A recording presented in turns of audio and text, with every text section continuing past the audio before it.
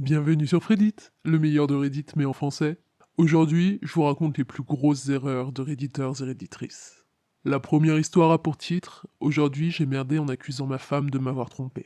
J'ai 33 ans, ma femme 29. Ma femme a les cheveux tellement bruns qu'ils ont l'air presque noirs, les yeux bleus et la peau un peu mate. J'ai les cheveux noirs, les yeux marrons et la peau plus foncée que ma femme. On a 3 enfants, 2 garçons de 6 ans et une fille de 3 ans. Aucun d'eux ne nous ressemble. Mes garçons ont les cheveux châtains qui tirent un peu sur le roux, avec les yeux noisettes. Ma fille a les cheveux blonds foncés et les yeux marron clairs. Ils ont tous la peau plus claire que ma femme et moi. Au début, j'ai pas relevé. Ma femme et moi, on a tous les deux des origines variées. Mais depuis la naissance de mes fils, ma famille n'arrête pas de remettre le sujet sur le tapis. Ils n'arrêtent pas d'attirer mon attention sur certaines de leurs caractéristiques physiques. D'où est-ce que ce menton vient? Regarde-moi ses pommettes. Ce garçon a les cheveux lisses comme des baguettes. Qui a des cheveux aussi lisses? Ce genre de choses. Je leur disais d'arrêter ou j'ignorais simplement leurs remarques. Je n'ai jamais fait attention à ce qu'ils disaient. Un jour, un vieil ami de ma femme était en ville. Il n'était là que pour quelques jours, donc ma femme n'avait pas vraiment le temps d'organiser un déjeuner ou un verre avec lui. Donc on l'a invité au 3e anniversaire de notre fille. Il n'était pas à notre mariage et je l'avais jamais rencontré avant, même lors de ses passages en ville. Il passait toujours en coup de vent. Parfois ma femme arrivait à le croiser, parfois non. Mais le voilà, un grand mec blanc avec les cheveux blonds foncés et les yeux noisettes. Ma femme et lui étaient de toute évidence proches. Ils se sont fait un câlin qui a duré longtemps. Tout le temps qu'il a passé chez nous, il suivait ma femme de partout, et ma famille et moi on regardait. Si elle sortait de la nourriture, il l'aidait. Si elle récupérait les assiettes sales et jetait les ordures, il lui donnait un coup de main. Et pendant tout ce temps, ils discutaient et riaient tous les deux. Elle l'a présenté aux personnes qu'il ne connaissait pas, mais c'était très clair qu'il n'était pas là pour se faire de nouvelles connaissances. Il voulait uniquement parler à ma femme tout le temps qu'il était là. Quelques heures plus tard, il devait partir. Ma femme l'a accompagné dehors. Ils se sont fait un autre long câlin, puis il est monté dans son Uber. Ma mère et ma sœur m'ont mis des idées plein la tête dès le moment où elles ont vu ce gars. J'avais pas besoin de leurs suspicions, j'en avais bien assez comme ça. Je vous épargne les détails désagréables de mon comportement pendant les semaines qui ont suivi l'anniversaire de ma fille. Je dirais juste que c'était pas un plaisir d'être en ma compagnie. Ma femme n'aime pas les histoires, le conflit. Elle aime parler ouvertement des choses. Ça veut pas dire qu'elle va tout faire pour éviter le conflit. Simplement qu'elle préfère parler calmement de ce qui nous dérange. Donc je m'attendais pas à ce qu'elle réagisse comme ça. On a eu une dispute où je l'ai enfin ouvertement accusé de me tromper et de faire passer les enfants de son ami pour les miens, et j'ai demandé un test de paternité.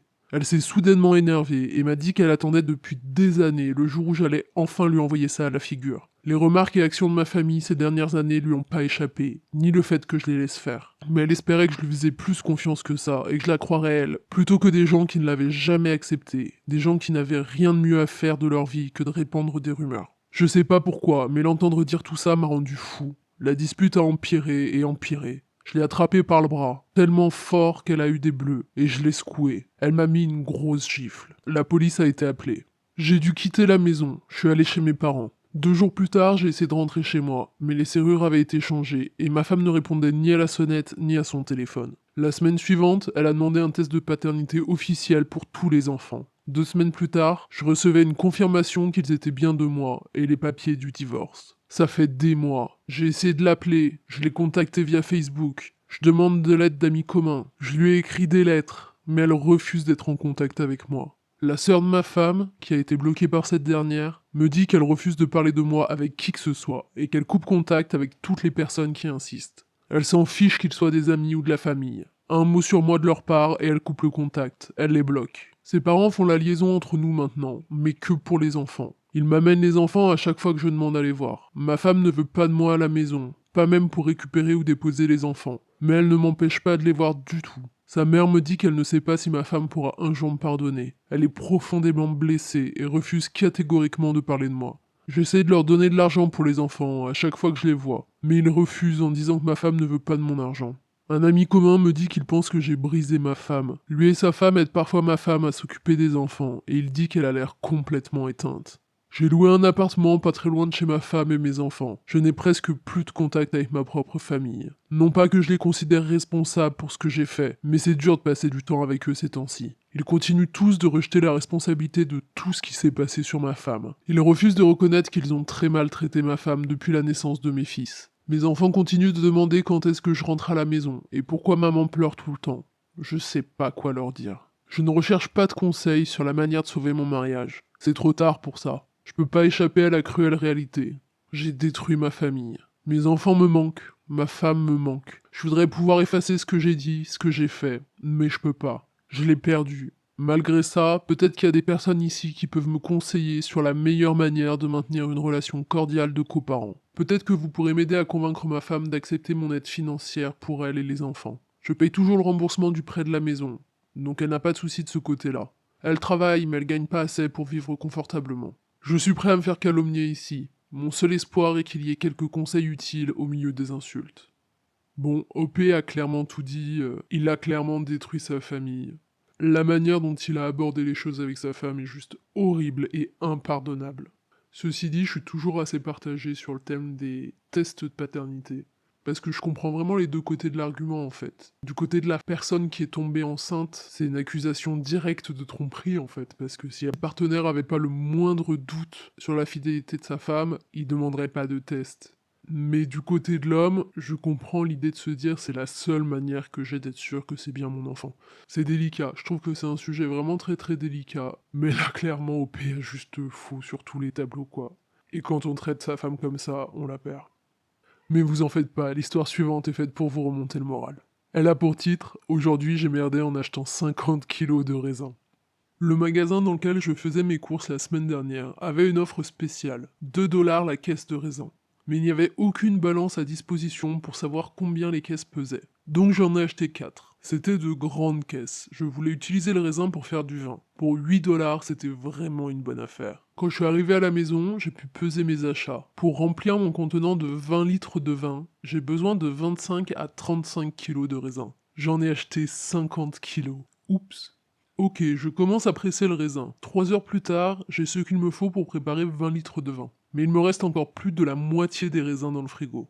Je décide d'accepter le fait que j'ai merdé, et je me lance dans la confection de confitures avec une des caisses. Au moins, ça me donnait une raison d'utiliser la pectine sans sucre que j'ai achetée il y a quelques années. 4 heures plus tard, j'avais 10 litres de confiture. Certains de mes pots n'ont pas pu être scellés, donc je les ai mis au frigo. Le reste était prêt pour partir au cellier. Mais la pectine n'a pas pris. Les instructions disaient que ça pouvait prendre jusqu'à une nuit, mais le lendemain, rien. Je suppose que la pectine était trop vieille. J'allais devoir rouvrir tous mes pots, faire recuire la confiture avec du sucre et recommencer la stérilisation. Et j'avais toujours 13 kilos de raisin au frigo. Donc je décide de commencer une nouvelle fournée de vin, 20 litres à nouveau, avec l'idée brillante d'utiliser la confiture qui n'a pas pris pour compléter, parce que j'aurais pas tout à fait assez de raisin. Et comme ça me fera gagner du temps quand je referai ma confiture. 4 heures plus tard, j'ai fini de presser mes raisins. Mon contenant est presque plein, mais pas tout à fait. Il faut quand même que je rajoute ma confiture qui n'en est pas. Je me dis que je vais utiliser en premier les pots qui sont pas scellés, donc je vais au frigo du sous-sol et je les attrape. Quelle ne fut pas ma surprise quand je me suis rendu compte que la pectine avait pris. Le froid avait transformé le tout en gelée. Donc maintenant, je me rends compte que je peux pas les utiliser. Ni ceux qui sont encore liquides d'ailleurs, parce que mon vin se transformerait en gelée avec le froid. Et maintenant, il faut que je rachète des raisins pour ma seconde fournée de vin. Je compatis, OP, je compatis. Je pense que t'es ni le premier ni le dernier à te faire avoir par un super tarif sur des fruits ou légumes. Ça m'est personnellement déjà arrivé avec du kiwi, mais ça c'est un peu mieux. Ça s'est un peu mieux passé. J'ai juste fait de la confiture et de la compote. Mais j'en ai fait beaucoup. Beaucoup trop. L'histoire suivante a pour titre Aujourd'hui j'ai merdé en utilisant des post-it. Il y a quelques années, j'habitais avec ma femme et notre enfant sur la côte ouest, mais on prévoyait de déménager sur la côte est pour nous rapprocher de la famille. Une super opportunité s'est présentée lorsque j'ai trouvé un très bon job, très près de là où on rêvait d'habiter. Le problème est que je devais commencer en février, mais on voulait pas interrompre l'année scolaire de notre enfant. Donc on a décidé qu'ils resteraient tous les deux sur la côte ouest jusqu'à fin juin. Donc je commence mon nouveau boulot sur la côte est et tout se passe bien. Bon salaire, collègues sympas, beaucoup moins de stress qu'à mon dernier poste. Une de mes responsabilités consistait à assurer le suivi des expositions aux radiations des employés. Selon le poste qu'ils occupaient, ils avaient soit un dosimètre qui s'attache sur le torse, soit une bague qui se porte au doigt. Quand les dosimètres devaient être inspectés, les gars me les apportaient et je les envoyais dans un labo spécialisé. Quelques semaines avant que ma femme me rejoigne sur la côte est, un nouveau gars est embauché, Alexandre, et il fallait que je lui achète une bague dosimètre. Pour être sûr de ne pas oublier, je mets un post-it sur mon ordinateur. Le jour suivant l'arrivée de ma femme, je suis en télétravail. Pendant une de mes pauses, je vais chercher quelque chose à l'étage, et quelques minutes plus tard, j'entends quelqu'un marcher d'un pas très énervé. Je me retourne et je vois ma femme. Elle a l'air furax. Avant que j'aie le temps de lui demander quoi que ce soit, elle me dit: «C'est qui Alex?» Encore confus sur l'origine de sa colère, je lui réponds qu'Alex travaille avec moi. Je vois bien que ma réponse ne fait qu'empirer la situation. Et de la voix la plus froide possible, elle me demande quel genre de relation j'entretiens avec cette femme, et pourquoi je prévois de lui acheter une bague. Je suis encore plus perdu qu'au début de cette conversation, et je cherche à comprendre ce qui se passe. C'est à ce moment-là que ma femme me met mon post-it sous le nez. J'avais écrit dessus: acheter une bague à Alex avant les vacances. Je commence à rire et j'explique à ma femme qu'Alex est en fait Alexandre et que la bague n'a pas une pierre précieuse, mais un dosimètre. Ma femme se calme juste assez pour éviter de m'assassiner. Elle m'a cru, mais elle est restée très en colère pendant une semaine. Comme si j'avais fait exprès de mettre ce post-it là pour la tester. Alors je sais pas vous, mais quand j'ai lu qu'OP s'était mis à rire une fois qu'il avait compris, j'ai eu très très peur pour lui. Je pense que c'était pas forcément une très très bonne idée, mais bon, l'histoire se finit plutôt bien finalement.